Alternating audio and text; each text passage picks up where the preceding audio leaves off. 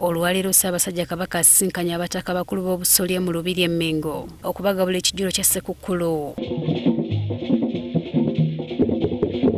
Wano abataka b'obusolya banjulidde beno okusoomoozebwa kwe bayitamu. Omwaka guno nkuloopera nti waliwo okusoomoozebwa olw'abazzukulu baffe abamu okutaputa ennono ekifuula nnenge. Kino nno kya bulabe eri obwakabaka bwo. Entaputa eno ekyusakyusa bingi ekivaako n'ebyafaayo ebimu obutagobererwa bulungi. Ssaabasajja Kabaka bw'abadde ayogerako eri abakulu b'obusolya avumiridde ebikolwa by'ettemu mu ggwanga. Ebikolwa bino bitunakuwaza nnyo.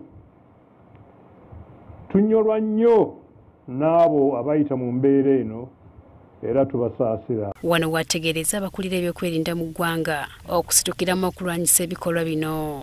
Tusaba ab'obuyinza omuli ne Paalamenti yaffe okukomyawo essuubi lyaffe nga balondoola abeenyigidde mu bikolwa bino n'okutema empenda ezibimalawo. Kyokka era avumiriddwa ebikolwa by'ebitongole ebikuuma ddembe okulinnyirira eddembe ly'obuntu omuli n'erya bannamawulire. Tulabye engeri bannamawulire awamu n'abakulembeze ab'enjawulo n'abaana abagezaako okutambuza emisomo gyabwe gye bayisibwamu ku nsonga ez'enjawulo ne twennyamira nnyo.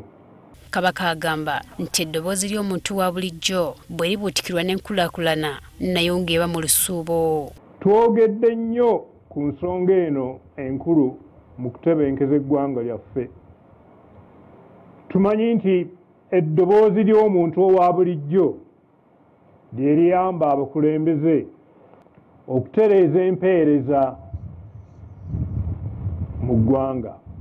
Bw'atuuse ku bataka b'obusolya n'abakuutira okukuuma obumu mu bazzukulu. Bazzukulu bammwe naddala abavubuka be balina okukwata omumuli gw'ebika n'okugwagazisa abalala. Tubasaba nti mukunge abazzukulu bammwe ng'abo okwenyigira mu mirimu gy'ekika ne mu Buganda okutwalira awamu. Enkuba etonnya ensangi zino nayo beenagikonyweko ne yeebaza bavuddeyo okudduukirira abakoseddwa. Njagala okusaasira bannaffe abakoseddwa ennyo amataba agavudde mu nkuba etonnye naddala mu bitundu by'e Kasese, Sironko, Buduuda n'awalala. Bw'abadde amaliriza n'addamu okukuutira abantu okwekuuma akawuka ka mukenenya n'oluvannyuma n'agabula abataka b'obusolya ekijjulo. Nze ku lwange sijja kukoowa okumanyisa abantu baffe omutawaana oguli mu kirwadde kino. Jennifer Kabaale, Agafeeyo ku Spark TV.